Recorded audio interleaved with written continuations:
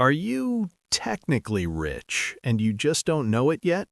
Think about your current net worth. Take your bank accounts, your 401k, your home equity, maybe that crypto wallet you try not to look at during a bear market.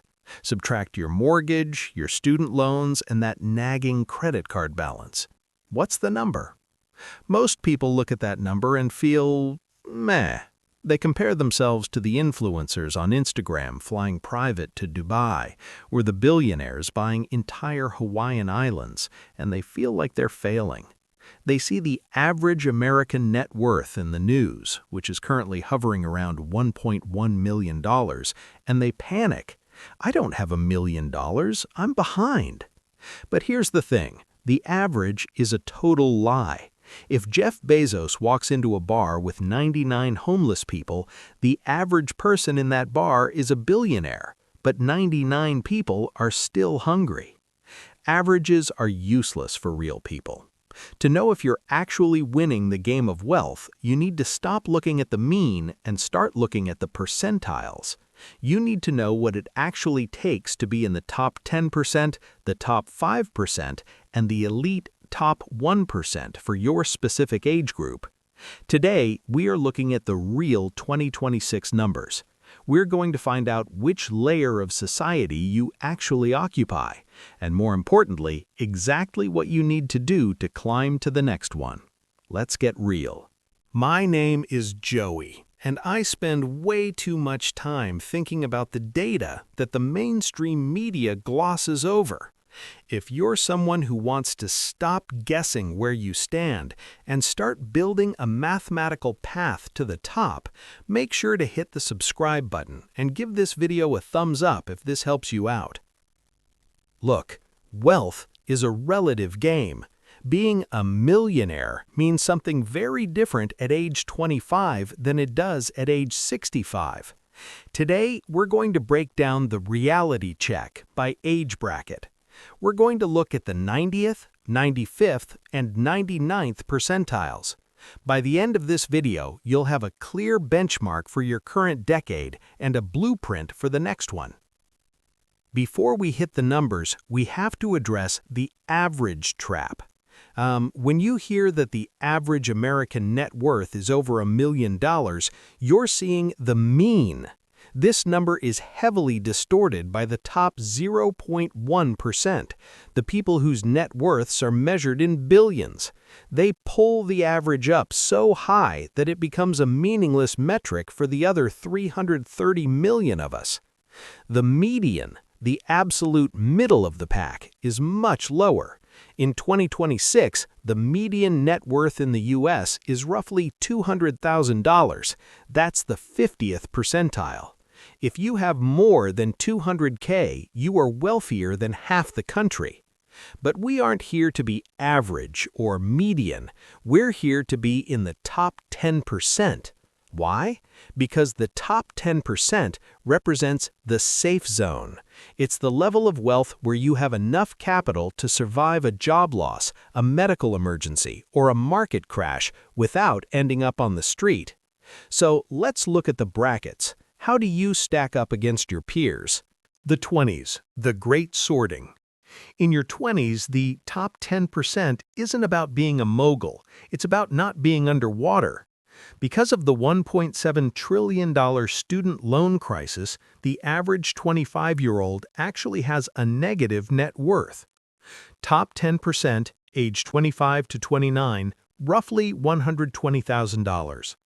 Top 1%, age 25 to 29, roughly $550,000. If you're 27 and you have a positive net worth of $100,000, maybe from a few years of aggressive 401k contributions and a small condo, you are already an elite performer for your age. Most of your peers are still financing their fun. You are building your foundation. The 30s, the gap widens. This is where the work scam we talked about in the last video starts to separate the winners from the runners. In your 30s, the power of compounding and home equity kicks in.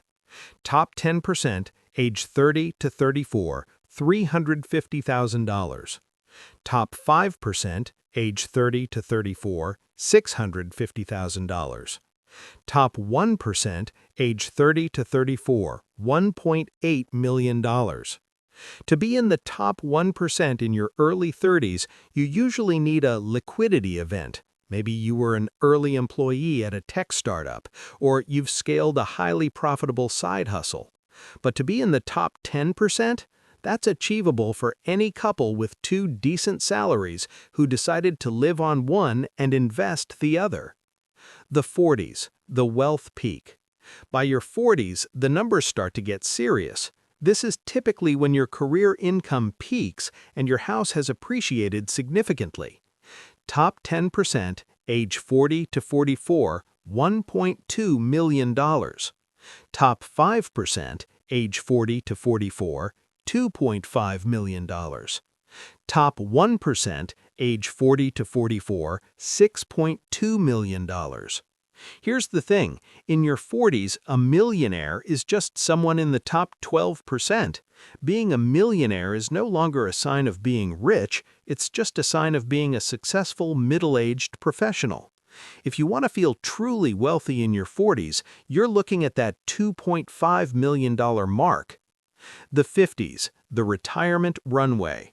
This is the final stretch. If you haven't hit the top 10% by now, the math becomes very difficult because you're running out of time for compounding to do the heavy lifting. Top 10%, age 50 to 54, $2.1 million.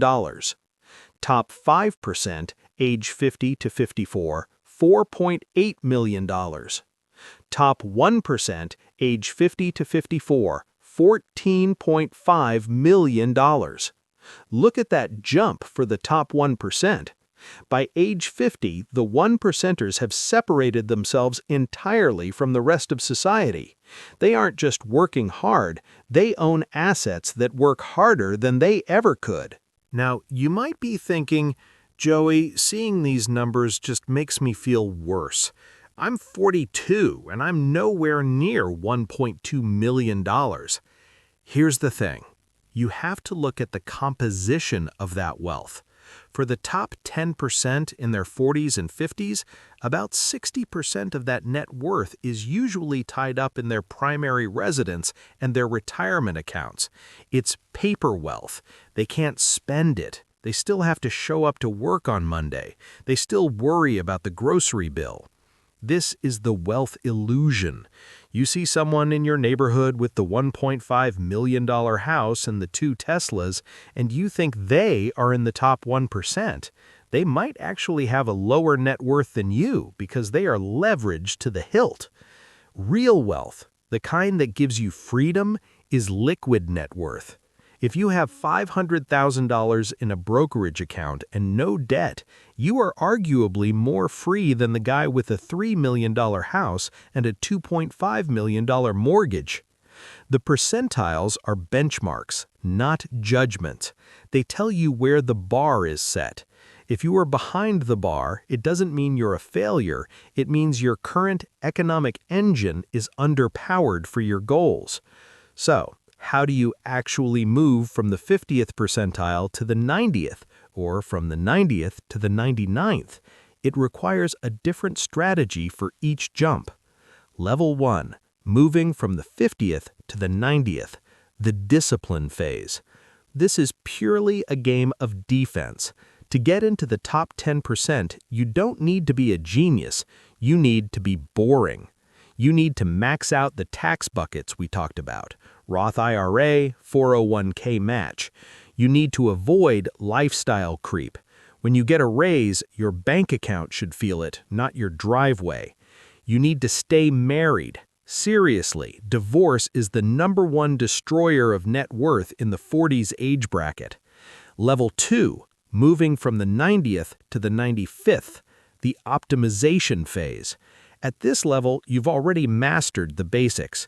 To break into the top 5%, you have to start playing offense. You need to increase your earning velocity.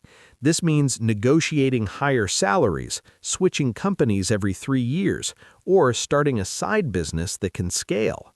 You need to optimize your taxes. At this level, the IRS is your biggest competitor. You need to look at HSAs, real estate depreciation, and tax-efficient investing. Level 3, moving from 95th to 99th, the ownership phase. You cannot work your way into the top 1% with a W-2 salary alone, unless you are a top-tier surgeon or a corporate executive. To hit the 1%, you must own. You need to own equity in a business, a massive portfolio of real estate, or intellectual property. You need assets that have asymmetric upside, meaning they can grow 10x or 100x while you sleep. Before we wrap up, I want to give you one more set of numbers that will blow your mind. If we remove home equity, the house you live in, what does it take to be in the top 10% of liquid wealth in America? In 2026, if you have $450,000 in cash and investments, stocks, bonds, crypto, regardless of your age, you are in the top 10% of liquid Americans. Think about that. After 100 years of the American dream, only 1 in 10 people can stroke a check for $500,000 without selling their house. The bar is lower than the media wants you to believe, but it's higher than most people are prepared for. If you have $450K liquid, you aren't just doing okay, you are part of the economic engine of the world. You have FU money.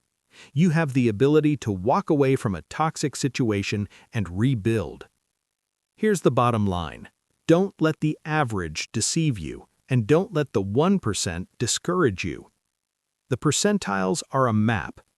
If you're in your 30s and you're in the 60th percentile, your goal isn't to hit the 99th by next Christmas. Your goal is to hit the 70th, then the 80th. Wealth is built in the gap. It's the space between what you earn and what you spend, multiplied by time and a decent rate of return. This weekend, I want you to calculate your percentile. Be honest. Use a net worth tracker and see where you land for your age. If you're ahead, keep the foot on the gas. If you're behind, stop blaming the economy and start auditing your cost of life. Because at the end of the day, the only percentile that matters is the one you are in compared to who you were last year. If this reality check gave you a new perspective on your bank account, share it with a friend who is always complaining about being broke despite having a six-figure job. Let's get everyone on the right map. Thanks for watching, and I'll see you in the next one.